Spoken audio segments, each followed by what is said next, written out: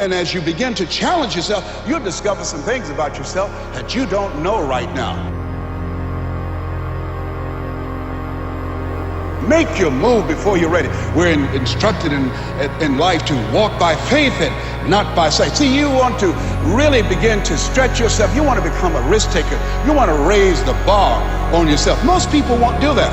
See, most people engage in low life living, low risk living. This God said, if you're not willing to risk, you cannot grow. And if you cannot grow, you cannot become your best. And if you cannot become your best, you can't be happy. And if you can't be happy, then what else is there?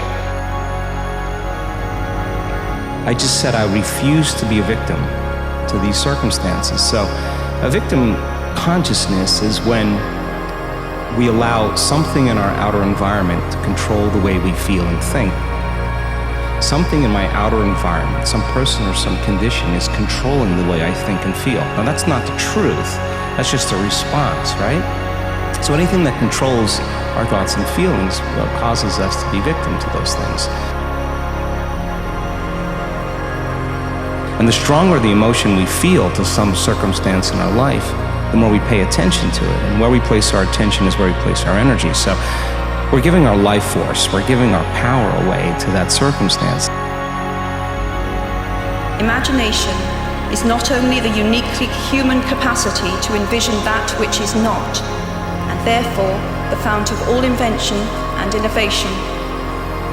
In its arguably most transformative and revelatory capacity, it is the power that enables us to empathize with humans whose experiences we have never shared. We have a vision. And what a vision is the ability to see that which cannot be seen. That's why we call it vision. It literally lives in our imagination. It is the equivalent of an iceberg. That's what vision is. It's being able to see that which no one else can see because it lies beneath. Because that's what it means to wake up every single day to advance a cause. It means that we devote our lives to building that which has not been built, to advancing what has not been advanced, to showing that which is not seen, and not obsessing with the successes we've had and how much iceberg is above the ocean, but how much more work we have to do. And it all started with a tiny little bit of ice sticking above the ocean.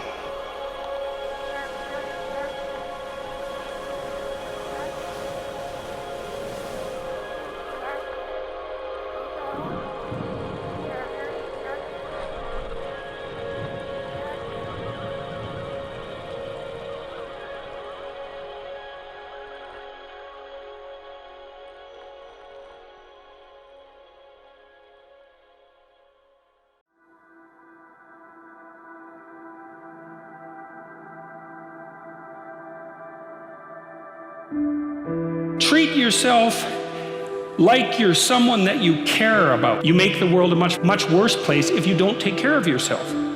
So you should bloody well take care of yourself, because it's partly because you have something valuable to bring into the world. That's the thing about being an individual. It's the thing that as an individual, you have a light that you have to bring into the world, and that if you don't bring it into the world is a dimmer place, and that's a bad thing, because when the world is a dim place, it can get very, very, very dark.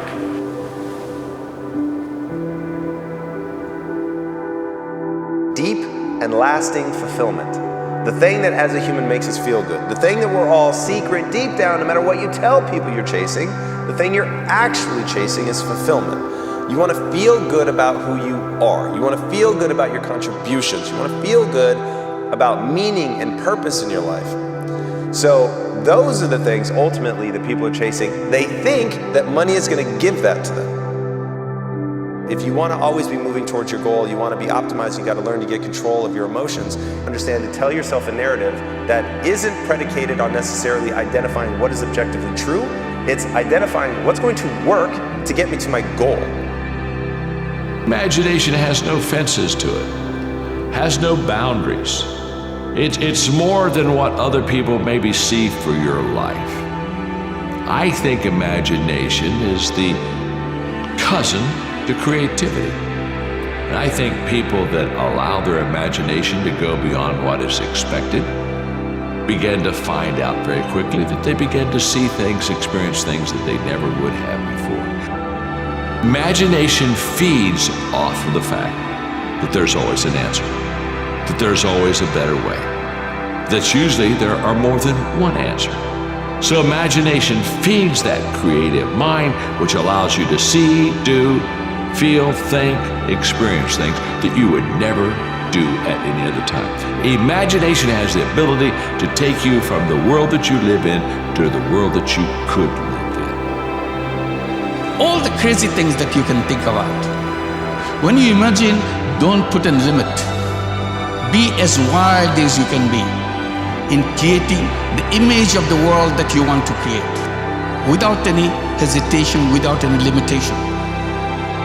Be as wild as it can be in your imagination, as if you are writing a social fiction. We write science fiction all the time, but unfortunately, we don't write social fictions. Fictions are the driving force. Like in science, in technology, science fiction becomes a driving force. It makes things happen. Similarly, if you have done the social fiction, it will make it happen. And one of the best things you could possibly be is an inspirational example. So that's not nothing. That's something. Live properly in your defiance of the crowd, right? Make your own course. Allow yourself to be guided by your own genuine principles.